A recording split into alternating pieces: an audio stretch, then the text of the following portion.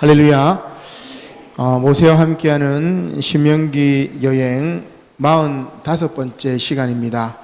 오늘 주보에는 이제 힘 있는 자들에게 필요한 품격, 이렇게 주보의 제목은 그렇게 나가 있지만 힘 있는 자들에게 필요한 품격을 우리가 이제 프랑스 말로 하면은 노블리스 오블리제, 이렇게 이야기를 할 수가 있습니다. 그래서 제목을 칠판에는 노블리스 오블리제 이렇게 적어놨는데, 이것이 바로 힘 있는 사람들, 권력자들, 그리고 이 사회의 지도층에게 필요한 의무나 책무를 말하는 것입니다. 그래서 오늘 이제 말씀 내용을 쭉 보면은 채권자에게, 그 다음에 소장농에게, 그리고 지주에게, 소장농이 아니고 자영농, 스스로 밭을 가지고 있는, 논밭을 가지고 있는 농부 혹은 지주들, 이것이 어떻게 보면은 힘 있는 자들, 사회 지도층, 권력을 가진 자들을 이야기할 수 있는데, 이들의 책무가 어떻게 해야 되는지를 보여주고 있는 말씀이기 때문에 힘 있는 자들에게 필요한 품격, 곧 노블리스 오블리제, 이렇게 제목을 칠판에는 이렇게 좀 바꾸어 적었습니다. 자, 그러면 이 노블리스 오블리제라는 말이 무슨 말이냐면은, 이게 프랑스 말이긴 한데, 이 노블리스라는 말은 닭의 벼슬을 이야기합니다. 닭벼슬 여러분 아시죠? 그래서 닭머리에 보면은 붉은색으로 이렇게 톱니바퀴 모양으로 딱 되어 있는데, 이게 닭의 살이 이렇게 변화되어 가지고 이렇게 되어 있습니다. 그래서 우리도 이제 벼슬 하냐 이렇게 할 때 그거하고 똑같은 거죠. 그래서 이 노블리스라는 말은 닭의 벼슬인데, 쉽게 말하면은 명예입니다. 명예. 그러니까 닭벼슬이 머리 위에 있기 때문에 높은 곳에 있거나 명예를 추구하는 것을 우리가 노블리스라고 이야기를 하죠. 자, 그 다음에 오블리제는 이 프랑스 말로 뭐라고 하냐면, 달걀 프라이 할 때 여러분 딱 깨가지고 하면은 중간에 노른자이가 있죠. 요 노른자이를 뭐라고 이야기하냐면은 오블리제라고 이야기합니다. 자, 그러면 노블리스 오블리제라는 말은 무슨 말이냐면, 닭의 사명은 벼슬에 있는 것이 아니라 달걀을 생산하는 데 있다. 그죠? 알을 낳는 것이다. 이런 이야기입니다. 그러니까 닭의 책무는 벼슬 자랑하는 게 아니고 알을 낳는 데 있다. 요 이야기죠. 그래서 이것을 우리가 다른 말로는 사회 지도층의 도덕적 의무, 책무라고 이야기를 합니다. 또 다른 말로는 자신이 누리는 이 명예만큼 의무를 다해라, 이런 이야기죠. 우리말로는 윗물이 맑아야 아랫물이 맑다, 이런 이야기라도 이야기를 할 수가 있습니다. 그래서 우리 사회에 이렇게 보면은 사회 저명인사라든지 혹은 상류층에 이렇게 보면은 온갖 비리들이 많죠. 청문회 할 때 보면은 온갖 범죄자들을 장관으로 이렇게 세우는 것 같아요. 보면은 병력 기피라든지 뇌물수수라든지 탈세라든지 부동산 투기라든지 모두 다 이 사회 지도층 인사들이 참으로 명예로워야 되는데, 오히려 자기 이익을 위해서 온갖 불법을 저질렀던 것, 이것은 노블리스 오블리제가 아닙니다. 그래서 더 뛰어난 도덕성은 사회 지도층에게 필요하다, 그런 이야기죠. 그래서 노블리스 오블리제 이야기를 하면은 외국의 예도 많이 있지만, 우리나라의 예 가운데 제가 하나를 찾은 게 뭐냐면, 조선시대 정조임금 때, 여러분 정조 이름이 이산입니다. 정조임금 때 제주도에 엄청난 흉년이 들었습니다. 사람들이 이제 굶어 죽어가는 거죠. 그래서 이 제주도 사람들을 위해서 자신의 전 재산을 쌀로 바꿔가지고 제주도에 가서 나눠준 거상 김만덕이라는 사람이 있습니다. 이런 사람들이 바로 노블리스 오블리제를 실현했던 사람이죠. 자기 전 재산을 저 제주도에 굶어 죽어가고 있는 사람들을 위해서 쌀로 바꿔가지고 다 이렇게 나눠준 것. 이게 지도자의 품격이고, 그리고 이 사회 지도층의 도덕적 의무라고 할 수가 있습니다. 이제 우리 사회는 갈수록 이 사회 지도층이 더 타락하고 더 범죄를 저지르고 불법을 저지르고 있는 거죠. 자, 그러면 오늘 이제 말씀은 이 노블리스 오블리제라는 말씀인데, 10절 말씀부터 한번 보도록 하죠. 자, 10절 말씀을 보면 같이 읽어보겠습니다. 시작. 내 이웃에게 무엇을 구워 줄 때에 너는 그의 집에 들어가서 전당물을 취하지 말고, 11절, 너는 밖에 서 있고 내게 꾸는 자가 전당물을 밖으로 가지고 나와서 내게 줄 것이며. 자, 여기 지금 두 사람이 나오죠. 하나는 채권자. 채권자는 뭡니까? 빚을 받을 권리가 있는 사람을 채권자. 그 다음에 채무자는 빚을 갚을 의무가 있는 사람을 채무자로 이야기합니다. 자, 그러면 내가 돈을 꾸었어요. 물건을 빌렸습니다. 이것을 원래 주인에게 돌려줘야 되죠. 자, 그때 어떻게 하느냐? 자, 내 이웃에게 무엇을 구워줄 때에 너는 그의 집에 들어가서 전당물을 취하지 말고, 내가 이 사람에게 돈을 구워줬을 때 그의 집에 딱 들어가가지고 냉장고든 TV든 값비싼 물건을 전당물로 이렇게 잡지 말라는 이야기입니다. 채권자가 채무자에게 그렇게 하지 말라는 이야기입니다. 제가 옛날에도 한번 이야기한 것처럼 제가 어릴 때 안방에 모르는 사람이 와가지고 대자로 벌떡 누워가 있는 그 기억이 난다고 이렇게 얘기를 했는데, 돈 내놔라고 하면서 빚 갚으라고 하면서 안방에 들어와가지고 막 누워버린 거죠. 돈 갚을 때까지 못 나간다 이런 건데, 그러지 말라는 겁니다.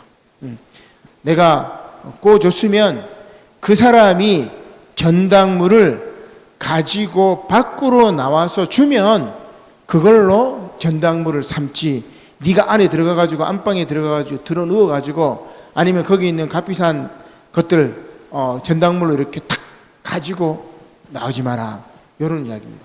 그러니까 채권자에게 의무가 있는 거죠. 왜? 가난해서 힘들어서 빚도 줬는데 그 빚진 사람 집에 가가지고 네가 괴롭히지 말고 기다려라.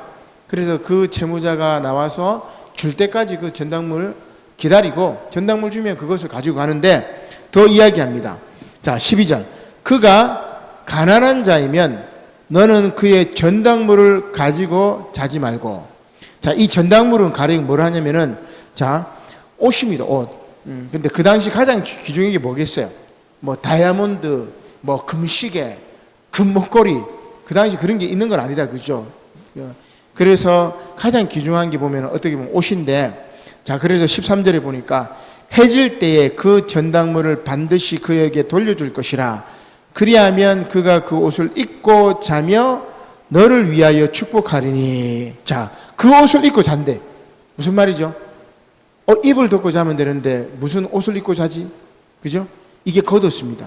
유대인들의 이 겉옷은 입을 역할도 하고, 제가 전에도 말씀드린 것처럼 거지들이 외투 하나에 보면은 그 외투 안에 보면 숟가락부터 밥그릇 온갖 것들이 다 들어가 있어요. 그죠? 그래서 이 거지들은 이 옷이 뭐냐면 집안채입니다. 그럼 유대인들도 마찬가지. 이 옷이 겉옷도 되지만 또 뭡니까? 이불도 되고 다 이렇게 다 기능을 해요. 그래서 이 옷을 전당 잡지 말고 돌려주면은 그것을 입고 추운 날을 잘 보낼 것이고, 그리고 그 채무자가 너를 위하여 축복하리니 그 일이 내 하나님 여호와 앞에서 내 공의로움이 되리라. 그죠? 그러니까 채권자는 채무자에게 막대하지 마라. 안 그래도 돈 없어가지고 빚내고 그렇게 사는데 그 집 안방에 들어가서 돈 갚으라고 막 닥달하고 멱살 잡고 그러지 말고, 막 전당물 막 잡지도 말고 기다리라. 그리고 밤이 되기 전까지 옷을 전당 잡았으면 돌려줘라. 그래야 그 사람이 그걸 듣고 따뜻하게 잘 것 아니냐. 네가 만약에 그렇게 하면은 하나님 앞에서 네가 공의롭다 일컬음을 받을 것이라. 그런 이야기입니다. 이게 뭐냐면 바로 노블리스 오블리제라고 할 수 있는 거죠. 채권자의 의무가 뭐냐면은 채무자를 닥달해 가지고 돈을 받아내는 것에 있지 않고 그 사람의 마음을 돌보는 것, 이것이 바로 이 채권자의 도덕적인 책무라고 할 수가 있습니다. 자, 그 다음에 보니까 14절, 15절 말씀 같이 한번 읽어보죠. 시작. 공공하고 비난한 품꾼은 너희 형제든지 내 땅 성문 안에 우거하는 객이든지 그를 학대하지 말며 그 품삯을 당일에 주고 해진 후까지 미루지 말라. 이는 그가 가난함으로 그 품삯을 간절히 바람이라. 그가 너를 여호와께 호소하지 않게 하라. 그렇지 않으면 그것이 내게 죄가 될 것임이라. 아멘. 자, 뭡니까? 공장 주인이, 사장이 월급날 월급 떼먹지 말고 제때 노동자들에게 주라는 이야기입니다. 그 노동자는 한 달 동안 열심히 일해가지고 그 품삯을 간절히 바랐는데 그거를 미루고 주지 않고 떼먹고 이렇게 하면 결국은 그것이 뭐예요? 공장 주인이나 뭡니까? 사장의 죄가 된다. 이제 그런 이야기죠.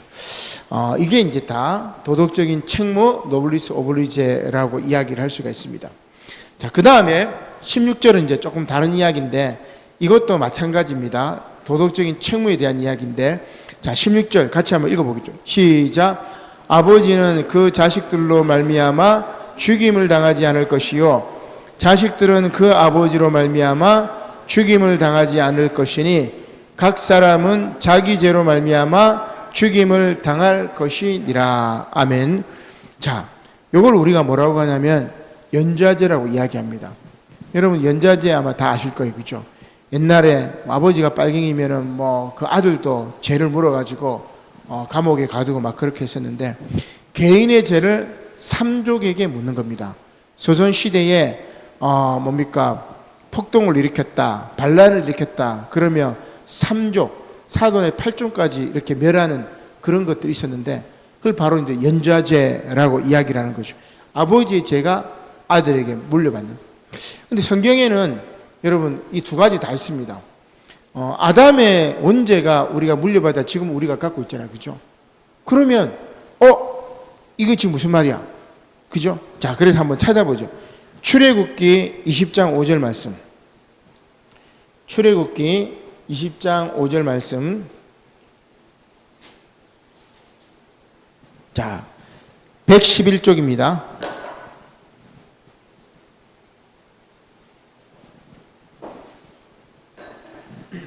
출애굽기 20장 5절 말씀 111쪽.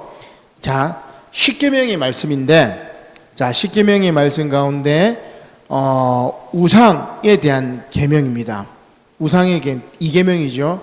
너를 위하여 새긴 우상을 만들지 말고.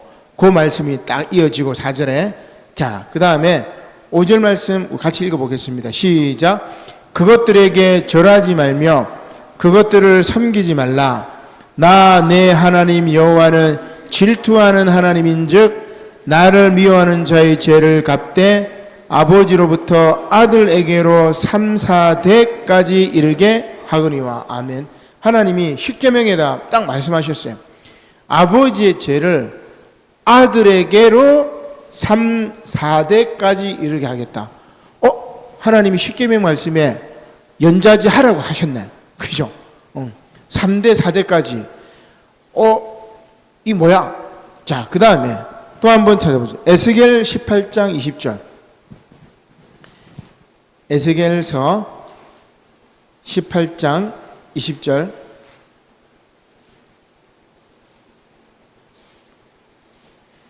(1175쪽입니다) 1175쪽 에스겔서 18장 20절 1175쪽입니다.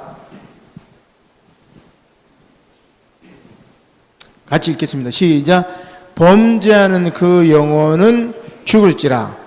아들은 아버지의 죄악을 담당하지 아니할 것이요 아버지는 아들의 죄악을 담당하지 아니하리니 의인의 공의도 자기에게로 돌아가고 악인의 악도 자기에게로 돌아가리라. 아멘.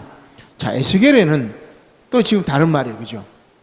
아버지의 죄는 아버지에게서 멈추는 거지, 자기가 담당하는 거지, 아들에게 물려주는 게 아니고 아들의 죄를 아버지가 담당하죠. 그래서 결국은 뭡니까? 의인의 공의도 자기에게로 돌아가고 악인의 악도 자기에게로 돌아가리라. 그럼 이게 무슨 얘기일까? 우상 숭배하면 하나님께서 3대 4대까지 그 죄가 이어져서 심판받을 것이라고 이야기했는데, 지금 아버지의 제 아들에 대해 쭉 이야기하는데 마지막에 핵심이 나와 있다. 그죠? 의인의 공의는 누구에게 돌아가요? 자기에게로 돌아가고 악인의 악도 누구에게로 돌아가요? 자, 아버지가 신앙생활 열심히 한다고 아들이 의인이 됩니까? 아들이 구원받습니까? 그렇지 않죠. 그죠? 그 다음에 아들이 예수 잘 믿는다고 예수 안 믿는 아버지가 예수 잘 믿을까요? 그렇지 않죠. 자, 그러면 무슨 이야기일까? 의인의 공의도 자기에게로 돌아가고 악인의 악도 자기에게로 돌아가리라. 자기 자신의 책임을 묻는 겁니다. 자기 자신의 책임을 묻는 겁니다. 아버지의 죄는 아들에게도 물리지 않을 것이고 아들의 죄도 아버지에게 물리지 않을 것. 의인의 의도 자기에게, 악인의 악도 자기에게. 그러니까 너 자신이 최선을 다하고 잘하라는 이야기입니다. 그렇지 않으면 네 아들, 손자 대대손손 고통받을 것이다. 그 얘기입니다. 그죠? 그래서 오늘 우리가 쭉 생각하면 이제 이건데 여기도 바로 도덕적인 책무입니다. 지금 어떻게 보면은 지구상에 분단된 국가는 우리 대한민국하고 북한밖에 없죠. 6.25 전쟁, 민족 상잔의 비극 지금도 짊어지고 있고 지금도 언제 전쟁이 일어날지 모르는 그런 분위기로 만들어가고 있습니다. 우리 선조들의 죄가 지금 우리에게 물려받아서 우리가 지금 고통을 받고 있는 거죠. 자, 또 다른 말로 우리가 지금 환경을 파괴하고 기후위기를 만들어내고 있는데 이 고통을 우리보다는 누가 더 당하겠습니까? 우리들의 자녀들이 그 고통을 당하는 겁니다. 그래서 뭐죠? 잘해라 이야기입니다. 아버지의 의인의 의는 자기에게로 돌아갈 것이고 악인의 악도 자기에게 돌아가는데 우리가 뭐예요? 우리의 악 때문에 자녀들이 후손들이 고통에 빠져가고 있다. 그래서 노블리스 오블리지 사회 지도층 인사에게 필요한 도덕적인 책무뿐만이 아니라 지금 살아가고 있는 우리들도 우리 후손들에게 대해서 뭐가 필요해요? 도덕적인 책무가 필요하다. 그 이야기입니다. 자, 그 다음에 이제 하나만 더 보도록 하죠. 약자 보호에 대한 이야기인데, 그 17절이죠. 24장 17절. 자, 같이 한번 읽어보겠습니다. 시작. 너는 객이나 고아의 송사를 억울하게 하지 말며 가부의 옷을 전당 잡지 말라. 아멘. 자, 구약 성경에서 나오는 약자들의 대표적인 인물들이 누구냐면 나그네, 객입니다. 객. 우리 지금 난민. 그 다음에 고아. 그죠? 부모가 없는 아이. 그 다음에 가부. 그죠? 자, 이 객이나 고아나 가부는 모두 다 그 당시 사회적인 약자라고 할 수가 있습니다. 이들을 억울하게 하고 이들의 옷을 전당 잡아가지고 그들이 생명의 위협을 받지 말게 하라. 이런 이야기입니다. 오늘날 우리 이제 객은 누구겠습니까? 제가 지난주 월요일입니까? 지난주 월요일이구나. 거제도에 거제 울림교회라고 제 후배 목사님인데 거제 울림교회를 개척을 해서 한 이제 20년 됐죠. 20년 돼 가지고 이렇게 보니까 뭐 아동센터, 그 다음에 아동 돌봄센터, 그다음에 장애인 복지센터 해가지고 사회복지 시설을 6개나 이렇게 만들고 있더라고요. 그래서 거제도에서는 사회복지 시설, 사회복지 쪽에서는 아주 큰 인물입니다. 어떻게 보면 고향이 이제 거제도이기 때문에 신학교 졸업하고 거제도로 내려가 이제 우리 교단 목사님인데 이렇게 목회를 하다가 고향으로 돌아가서 교회를 개척해가지고 사회복지 시설을 계속 이렇게 만들었어요. 그래야 제가 그 사회복지 시설 6군데 같이 이제 이야기 들어보면서 목회했던 이야기 들어보면서 다 이렇게 방문하고 이렇게 왔었는데 그때 이 목사님 이제 이야기가 뭐냐면 그 목사님 이야기를 쭉 보면은 이제 사회적인 약자들을 이렇게 보호하는 거죠. 이게 이제 뭐냐면 바로 정말 이제 기독교의 어떤 본래적인 사명이기도 한데 또 하나 이제 제가 놀란 거는 뭐냐면, 거제도에 제가 96년, 97년, 98년, 그때 제가 거제도의 옥수교회에서 전도사로 있었을 때입니다.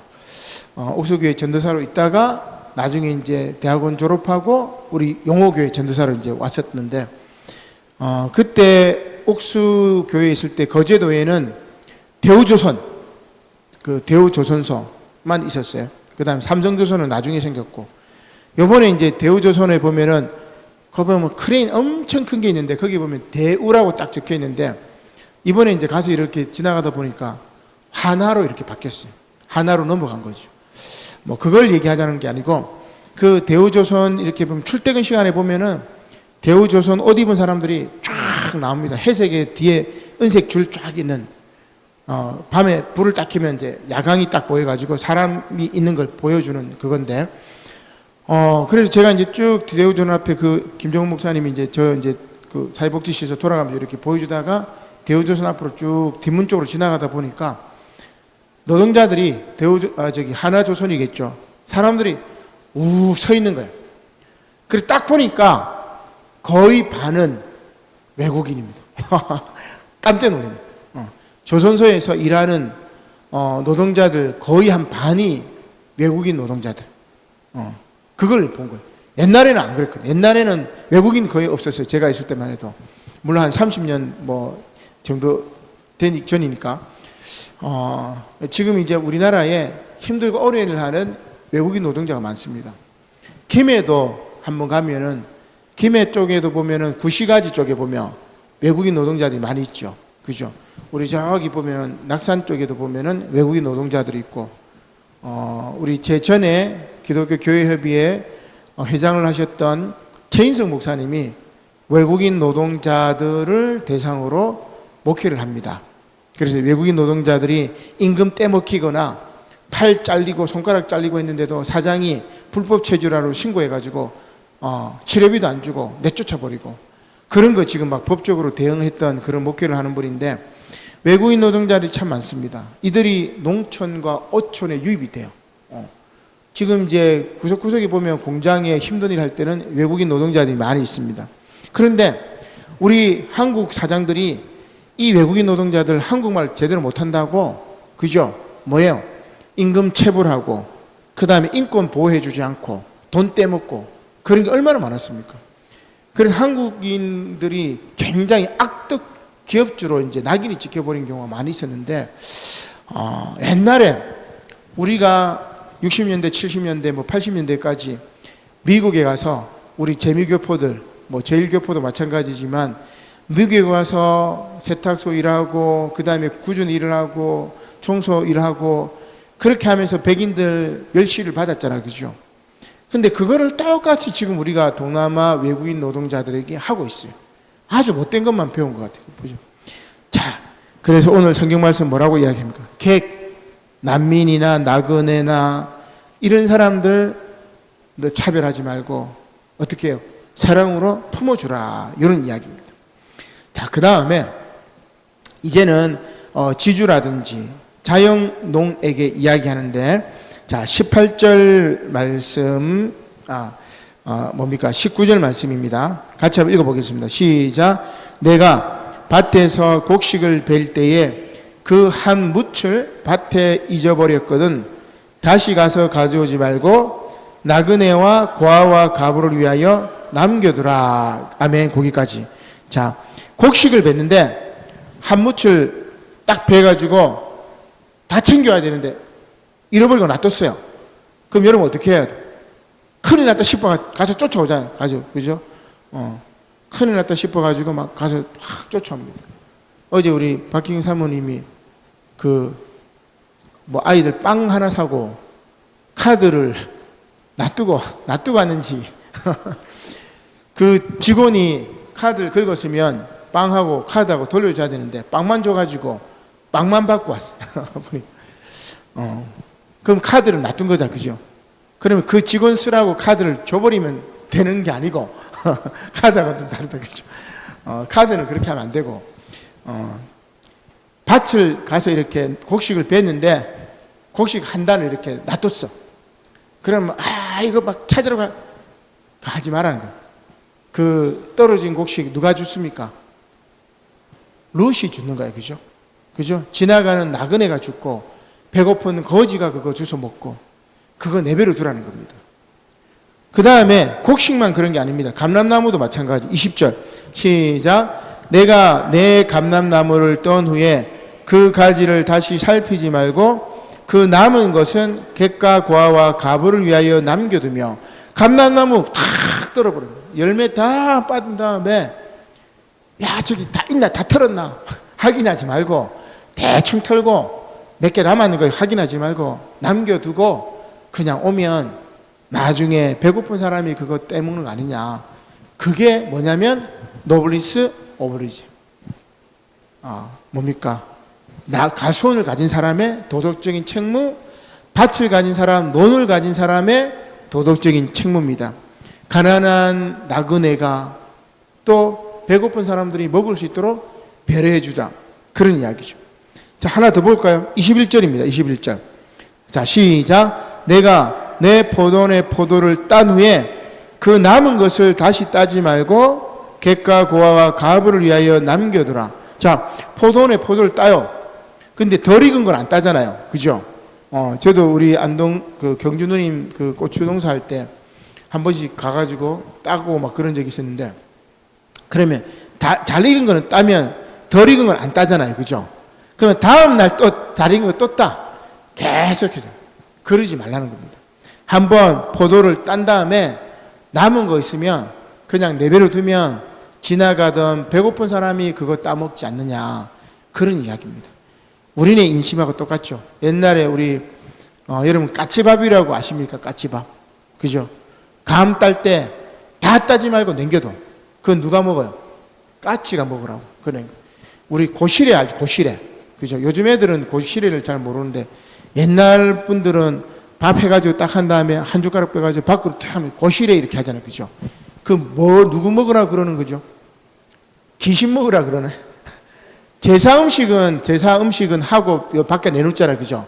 그거는 귀신 먹으라고 주는 것 같은데 결국은 지나가는 이제 가난한 사람 먹으라 그 이야기입니다.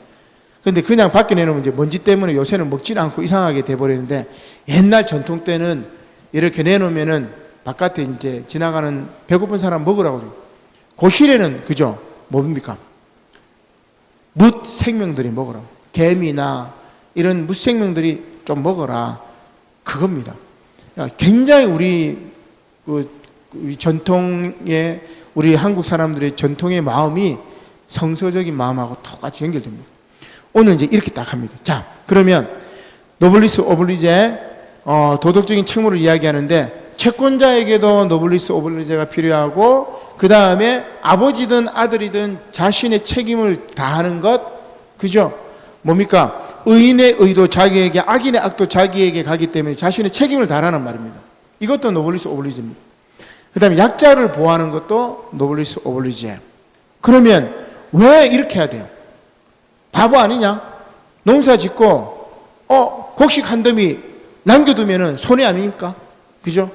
포도 다 따야지. 그 몇 송이 남겨놓으면은 내가 손해인데, 그죠? 감람나무 열매 다 따야 되는데 남겨두면은 이거 지나간 사람 먹어버리면 손해잖아. 그죠? 왜 이렇게 손해보라고 할까? 왜 하나님께서 손해보라고 하시죠? 오늘 말씀에 나와 있습니다. 22절. 자, 같이 한번 읽어볼까요? 시작. 너는 애굽 땅에서 종되었던 것을 기억하라. 이러므로 내가 내게 이 일을 행하라 명령하노라. 아멘. 그죠? 야, 너도 종살이 한 사람 아니냐? 네가 종살이하고 그렇게 고생했는데 네 지금 배부르다고 깨구리 올챙이적 시절 생각 못하냐? 그 얘기입니다. 그 얘기입니다. 그래서 너희들이 애굽에서 종살이하고 배고랐고 채찍질 당하고 고생하고 채무자로 너희가 살은 거 아니냐?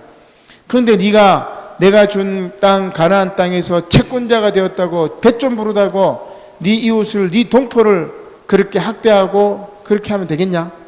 그러지 말라는 겁니다. 자, 그 다음에 또 하나는 19절 하반절에 나오는데 만약에 이렇게 약자 보호를 하면, 자, 19절 하반절 그리하면 시작. 그리하면 내 하나님 여호와께서 내 손으로 하는 모든 일에 뭐를 내리시리라? 하나님이 주시는 복을 받는 게 좋습니까? 저 곡식 한 단 더 가져오는 게 좋습니까? 하나님이 주시는 축복을 여러분 받고 싶습니까? 아니면 내 밭에 포도 한 송이 남겨서 그냥 악착같이 가져오는 게 낫습니까? 어떤 게 더 나아요? 하나님이 주시는 복이 더 큽니다. 그죠? 세상에 그 어떤 것보다 가장 귀한 게 하나님이 주시는 복인데, 하나님께 복 받으려면은 이렇게 노블리스 오블리제를 시행하라, 그 이야기입니다. 이게 손해가 아니란 말이에요. 내가 곡식 한 썸, 한 단, 악착까지 그 챙기는 거 복된 일이 아니고, 감람나무 열매 악착까지 다 뜯어내는 거 복되는 일이 아니고, 포도 한 송이라도 빠짐없이 다 따오는 거 복된 일이 아니고, 베풀면 뭐예요? 베풀면 그것이 하나님께 복된 일이라고 이야기합니다. 우리가 지지난주에 선교헌금 선교위원회가 이렇게 모였을 때, 물론 이제 장로님들 입장은 우리 교회가 힘들고 어렵기 때문에 막 선교헌금 줄이자, 뭐 교인들 다 힘든데 막 그렇게 얘기해요. 충분히 입장은 이해가 됩니다. 근데 여러분, 그렇게 움켜쥐고 아이고 우리도 힘든데 움켜쥐고 나누지 않고 이렇게 하면은 더 많아질까요? 그렇지 않습니다. 그렇지 않습니다. 내 거를 나눠주고 베풀고, 힘들지만 조금 더 우리가 이웃을 위해서 선교헌금을 하고, 이렇게 하면 여러분 갑절로 돌아옵니다. 이게 신앙이에요. 그 제가 선교위원회 이렇게 하는 거 보면서 참 아직도 이 하나님의 복을 우리가 못 받는 이유가 여기 있구나, 이런 생각이 들었습니다. 계속해서 나눠야죠. 제가 늘 말씀드리잖아요. 우리 교회 최고의 자랑은 여러분 주보에 우리 일부러 제가 이렇게 많이 써놓은 겁니다. 그죠? 우리 선교사님들은 올해 이제 1월 달에 한 번씩만 이렇게 드리지만 많이 써놨습니다. 근데 이제 큰 교회는 한 달에 뭐 한 10만 원씩 이렇게 선교헌금 책정이가 하지만, 우리는 비록 5만 원이지만 그래봤자 한 75만 원, 뭐 70만 원 요 정도 선인데, 그래도 우리 교회 입장에서는 큰 겁니다. 그죠? 여러분들이 뭐 10,000원, 20,000원 이렇게 모은 돈을 가지고 이렇게 선교하고, 물론 여기 있는 것 기관들이 뭐 다 어렵고 힘들고 뭐 이런 거는 아니에요. 그죠? 교회들도 있고 선교사님도 있고 기관도 있고 뭐 시민단체도 있고 막 이렇긴 한데, 그러나 우리가 나가서 선교하지 못하는 것을 대신 이렇게 하는 기관들이기 때문에 의미가 있지 않느냐. 자, 그래서 결국은 뭡니까? 우리가 나눠주면 하나님으로부터 더 큰 복을 받습니다. 그러지 않고 자꾸 움켜쥐면 내가 여기 이 물잔을 움켜잡으면 하나님이 더 크신 것을 주려고 합니다. 더 큰 거 이거를 주려고 하시는데, 그죠? 요거를 꽉 움켜쥐고 있으면 어때요? 이거 꽉 움켜쥐고 있으면 하나님이 이걸 줄 수가 없어요. 이거를 놔버려야 하나님이 이거를 주실 수가 있는 거죠. 그래서 작은 거에 막 만족하고, 이 작은 것 하나 때문에 막 목숨 걸지 말고 자꾸 버리세요. 버리고 나눠주면은 하나님께서 결국은 더 큰 것으로 채워주십니다. 여러분 댁 아니면 여러분 자녀 때 채워주시고, 그 후손들에게 하나님 복을 채워주시는 겁니다. 이것이 뭐냐면 노블리스 오블리제라고 할 수가 있습니다. 이게 바로 신명기 법전의 약자보호법입니다. 이 말씀 명심하시는 저와 여러분들이 되시기를 주님의 이름으로 간절히 축원합니다. 기도드리겠습니다. 고마우신 하나님, 감사를 드립니다. 오늘 신명기 귀한 말씀을 통해서 아버지 하나님, 참으로 사회 지도층의 도덕적인 책무가 무엇인지 깨닫게 하시니 감사를 드립니다. 그리스도인으로서의 책무가 또한 무엇인지 또한 깨닫게 하시니 아버지 하나님 감사를 드립니다. 노블리스 오블리제처럼 아버지 하나님, 참으로 자신이 누리는 명예만큼 의무를 다하는 우리 성도들이 되게 하시고, 늘 아버지 하나님 나누어주고 베풀어주고 남김없이 나누어주는 그런 사랑의 사람들이 다 될 수 있도록 축복하여 주시옵소서. 감사를 드리며 예수님의 이름으로 기도드립니다. 아멘.